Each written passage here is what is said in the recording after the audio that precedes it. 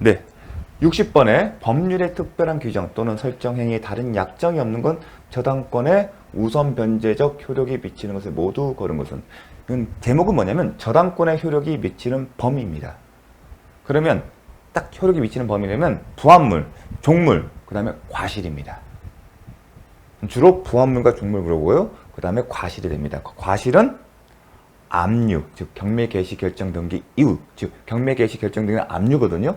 압류 효력이 발생한 이후에 발생한 과실. 그런데 과실이라는 게 우리 생각하는 나무의 열매가 아니라 항상 우리 떠올렸죠. 부동산, 사연 수익, 그럼 임대료 상당의 차임 상당의 금원이 과실일 겁니다. 그 과실에 대해서도 효력이 미치는지 그게 묻는 질문입니다. 먼저 저당권의 효력은 저당 부동산에 부합된 물건과 종물에 미친다. 다만 법률의 특별한 규정, 법률의 특별한 규정이 뭐죠? 256조 단서, 256 단서나 아니면 설정 행위에 다른 약정이 있으면 그러해야 한다. 256조 단서 되게 중요하죠. 권원에 의하여 부속시킨 물건, 그 물건은 부합되지 않는다는 거. 기억나십니까? 부동산법과 관련해서요. 그럼 권해, 타인이 자신의 권한에 기해서 부속시킨 것은 부합되지 않는다. 그걸 말한 겁니다. 요 특별한 규정과 설정에 다른 약정이 있기 때문에 이런 단서를 푼 겁니다. 이런 게 없기 때문에 원칙대로 하는 겁니다. 그러면 부합된 물과 종물, 부합된 물건이 되는지 봐야겠죠. 다음, 자, 과실입니다. 과실은 원칙적으로 누구한테 있죠? 저당권자는 교합관 치마 파악하기 때문에 점유 이전이 있다 없다? 없어요. 여전히 그 점유에서 사용 수익은 누구한테 있습니까? 저당권자가 아닌 저당권 설정자에게 있어요. 따라서 과실은 누구한테 기속돼야 돼요? 저당권의 설정자가 돼 있어요. 하지만 법에서는 저당 부동산에 대한 압류가 있으면 그 이후에, 근데 압류는 어떤 경우에다? 경매, 개시, 결정 등기. 경매, 개시, 결정 등기에서는 이건 압류의 효력이 있다. 그렇게 생각을 하셔야 합니다. 그 이후에 저당권 설정자가 수취한 과실, 이미 압류, 즉 경매, 개시, 결정 등기 이후에 이미 수취한 과실이 있으면 이미 받은 것도 포함이 돼요. 그것뿐만 아니라 향후에 수취할 수 있는 장래의 차임 상당의 채권에 대해서도 저당권이 효력이 미친다. 여기에는 부동산 차임 채권. 이미 받은 것뿐만 아니라 향후에 수취할 권리도 요걸 잘 기억을 하셔야 합니다. 그래서 한번 문제를 볼까요? 그러면 보겠습니다. 토지에 저당권이 설정된 후 그 토지 위에 완공된 건물. 자, 이게 부합이 될까요? 자, 이걸 출발점을 이해하는데 상당히 사소한 것 같은데 중요한 개념이에요. 부동산이에요, 건물. 부동산이에요. 토지도 부동산이에요. 우리 민법은 토지와 건물을 별개의 부동산을 보고 있습니다. 배웠죠? 그 의미는 뭐냐면 부동산은 토지에 부합이 된다는다. 안 된다는 거예요.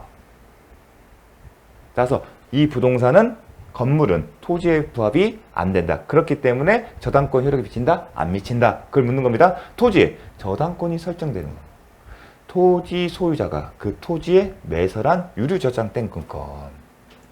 자, 토지에 매설한 유류저장탱크. 토지 밑에 유류저장 탱크가 있어요. 대부분 판례는 유류저장 탱크는 토지에 부합된 물건으로 봅니다. 토지에 어장 탱크는. 그렇기 때문에 저당권의 효력이 미친다, 안 미친다? 미친다. 근데 중요한 것은 누가 이걸 매설시켰어요? 토지 소유자가. 잘 기억해 두십시오. 이 유류저장 탱크는 나중에 사례로 나올 만한 문제들이 또 있어요. 지금은 소유자죠. 만약에요. 토지 임차인이 매설한 유류저장 탱크의 경우는요. 그땐 약한 부합이에요. 약한 부합의 특징이 뭐죠? 타인이 자신의 권한에 기해서, 임차인이잖아요. 임차인이 자신의 권한에서 부속시키기 때문에 이 유류저장 탱크는 누구 거예요? 부합되지 않기 때문에 임차인 거예요. 근데 유류저장 탱크를 왜 만들어요? 임차인이 그 토지 위에 주유소를 하고 있는 거예요. 그러면 토지 위에 주유소가 있고, 그럼 임차인 소유의 주유소가 있고, 임차인 소유의 유류저장 탱크가 있죠. 그럼 이건 주종물 관계가 되는 겁니다. 나중에 기회가 되면 설명을 다시 한번 하겠습니다. 이건 누가 했다? 소유자가. 혹시 공부를 많이 하신 분은 그 판례와 혼동할 수 있습니다. 세 번째, 저당 토지가 저당권 실행으로 압류된 후, 압류가 됐어. 그럼 띄워줘. 압류가 된 이후에 과실에 대해서도 효력이 미친다. 토지에 관하여 저당권 설정된 차임채권 해당되죠. 리을, 토지에 저당권이 설정된 이후에 토지의 전세권자가 토지의 식재고 등기한 임목. 이게 뭐 나무 나오게 되면 헷갈려요. 근데 등기한 임목이란 뭐냐면 임목에 관한 법률에 따라 등기가 됐다는 거예요. 그런데 등기한 임목에 이런 표현이 나오면 이건 뭐다? 완성된 건물과 똑같이 보시면 됩니다. 그 얘기는 건물로 딱 생각해서 그러면 토지와 건물은 별개의 부동산이기 때문에 어떻게 된다? 부합되지 않는다. 그래서 X가 된 거예요. 그러니까 이렇게 등기된 임목을 완성된 건물로 이해를 하시면 됩니다. 그럼 또 이런 경우가 어떠냐? 그냥 수목이 아니라 명인 방법을 갖춘 수목. 명인 방법 간수법상 물권이 인정되는 거예요. 그 얘기는 결국은 등기된 임목처럼 독립한 완성된 건물이에요. 따라서 토지에 부합이 되지 않아요. 하지만 여기서 한 번 더 설명하겠습니다. 방금 얘기를 한 것은 명인 방법을 갖춘 수목. 이것은 등기된 임목과 같이 친거. 이걸 어떻게 같이 한다? 완성된 독립한 건물이에요. 그 얘기는 토지와 별개다. 부합이 안 된다. 이렇게 기억하십시오. 반면에 수목이 토지 위에 수목이 있다. 이 경우에는 어떻게 한다? 약한 부합이다. 약한 부합에는 강한 부합과 약한 부합이 있어요. 강한 부합은 권원이 있냐 상관없이 무조건 토지에 부합이 돼요. 하지만 약한 부합은요. 256 단서에서 권원에 기하여 이 나무를 심은 거라면 부합되지 않고 심은 사람, 이 권원. 예컨대 토지 임대차 계약을 체결했고 임차인이 자신의 권한에 의해서 수목을 심었으면 자신의 권한에 의해서 심은 거기 때문에 이 수목은 누구 거다? 임차인 것이다. 만약 권한에 없다면 토지에 부합된다. 항상 나눕니다.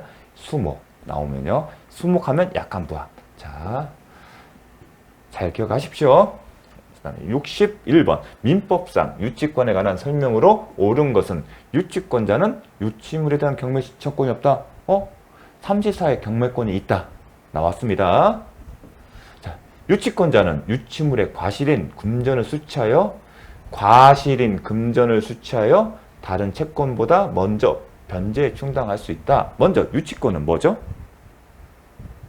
점유를 함으로써 자신의 채무를 변제받을까지 인도를 거절하는 권능이 있습니다. 따라서 법률상, 그러니까 사실상 아니라 법률상 우선 변제 효력이 있다 없다? 없습니다. 그런데 이건 뭐죠? 다른 채권보다 먼저, 이게 우선 변제예요. 예외적으로 인정되는 겁니다. 그럼 원칙적으로 유치권자는 법률상 우선 변제 효력이 없는데 예외적으로 우선 변제권이 인정돼요. 그게 뭐다? 자신이 점유하고 있는 유치권을 행사하고 있는 목적물의 과실이에요. 그 과실에 대해서는 예외적으로 다른 채권자보다 우선 변제받을 권능이 있습니다. 그 과실이 금전이면 변제 충당해요. 나의 채권에 충당하는 거고 만약 과실이 금전이 아니다. 그럴 때는 경매를 합니다. 유치권자는 채무자의 승낙 없이 담보로 채용할 수 있다. 인도를 거절할 권능이 있을 뿐이지 유치물을 점유하고 사용하는 권능은 없습니다. 점유를 사용하는 권능이 없기 때문에 처분도 못해요. 그래서 유치권자는 목적물을 계속 점유해 인도를 거절할 수 있을 뿐, 이 개념은 되게 중요해요. 유치물을 사용할 수 없다. 즉 사용 수익 권능을 부여한 것은 아닙니다. 그러나 두 가지 예가 있다. 언제?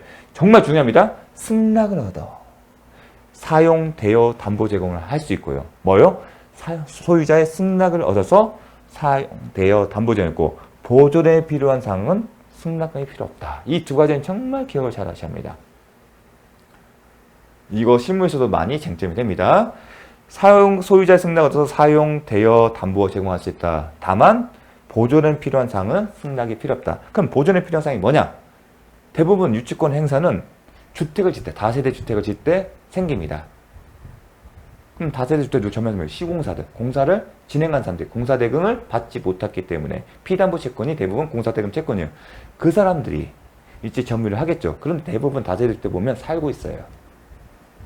거기서 점유를 할 때 플랜카드 걸어놓고 그 앞에 뭐 바리케이드 쳐거나 아니면 장문제 한 것도 행사했지만 대부분은 살고 있어요. 그 살고 있는 게 대부분 보존에 필요한 사항으로 봅니다.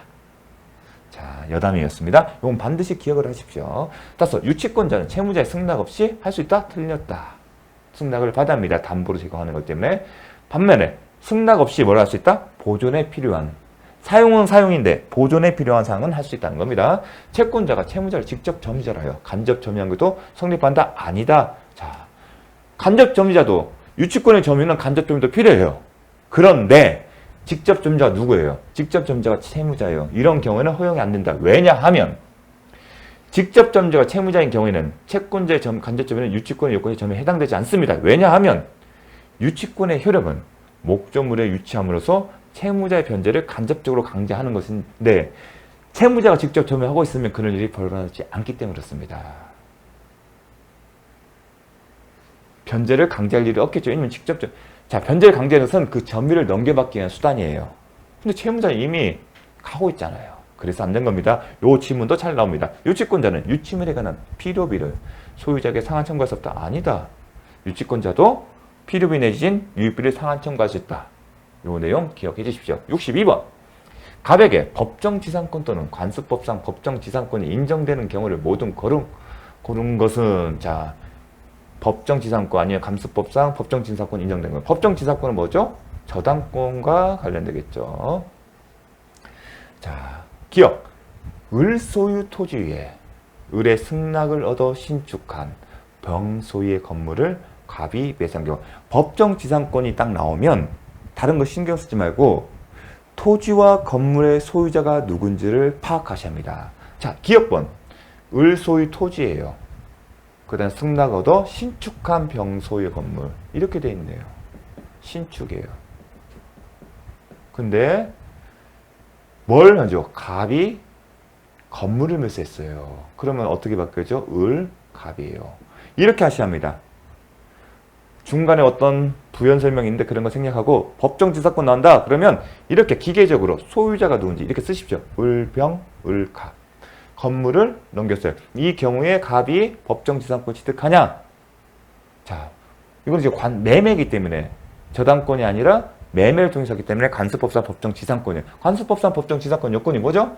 토지와 건물이 소유권이 동일에 속하였다가 매매, 강제집행 등의 이유로 소유자가 달라지고 그리고 건물 제공의 특약이 없을 때 관습법상 법정지상권이 성립한다고 했습니다.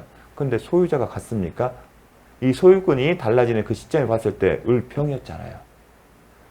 달랐기 때문에 관습법상 지상권이 성립하지 않습니다. 그러니까 함정이었죠. 을의 승낙을 얻어 신축을 했다는 겁니다.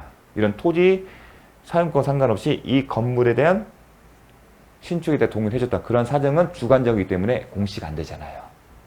우리 저당권, 집행 경매 자체 안정성을 위해서 주관적인 것은 외부에 공시되지 않기 때문에 고려하지 않는다는 거 배웠죠? 마찬가지로 그렇게 기억하시면 됩니다. 34에 64번에서 이미 그런 내용을 설명했습니다. 민법상 소유권 기속관계에 따라 객관적으로 엄격히 만다. 소유권이 누구인가 그것만 고려하시면 되지 이 건물 신축할 때 동의받았다 그런 걸 고려하지 마십시오. 니은번. 을 소유 토지 위에 을이 단독으로 소유하고 있습니다. 그 위에 갑과 을이 공유를 하고 있어요. 공유하면서 토지만 저당권을 설정했어요. 저당권을. 그 실행을 경매로 병이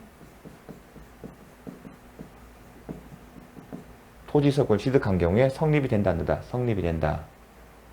자, 단독 소유에 중요한 것은 토지를 단독 소유하고 토지의 소유자를 포함한 다른 누군가가 건물을 공유하고 있는 경우에 소유가 바뀐 겁니다. 그런 경우에는 법정 지상권이 성립된다. 건물 공유자 1인이 잘 기억해주십시오. 건물 공유자 1인이죠.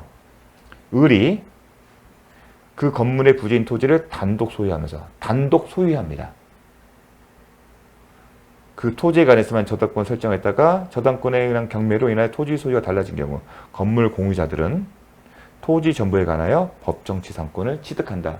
암기를 해주십시오. 설명은 않도록 하겠습니다. 시간이 걸리기 때문에. 반면에 비교할 게 뭐냐? 지금은 건물 공유자의 1인이 토지를 단독으로 소유했는데 비교할 게 뭐냐면 토지가 공유예요.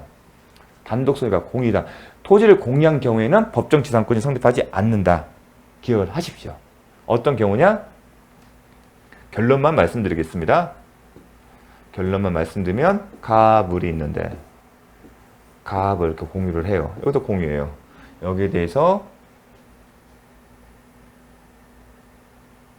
가압이 있는데 토지나 아니면 일정 지분에 대해서만 저당권 설정되고 그 저당권 설정에서 소유자 바뀌더라도 절대로 생기지 않는다는 거 그걸 기억해 주십시오. 이 차이점은 가압입니다. 토지 소유자가 공유냐 아니면 단독이냐에 다 차이 있습니다. 디귿번 제가 막 설명을 하고 싶은 마음은 굴뚝 같은데 하다 보면 너무 시간이 많이 걸릴 겁니다. 디귿 갑이 을로부터 을 소유의 미등기 건물과 갑이 을로부터 을로부터니까 을이 매도이네요. 을로부터 대지도 미등기 건물 을 그 다음에 토지 미등기 건물 이게 특징이 미등기 건물이에요. 누구 소유다? 을 소유다. 신축을 했다는 얘기했죠. 매수를 했대요. 매수를 했는데 갑이 매수를 했어요. 매매 계약을 한 겁니다.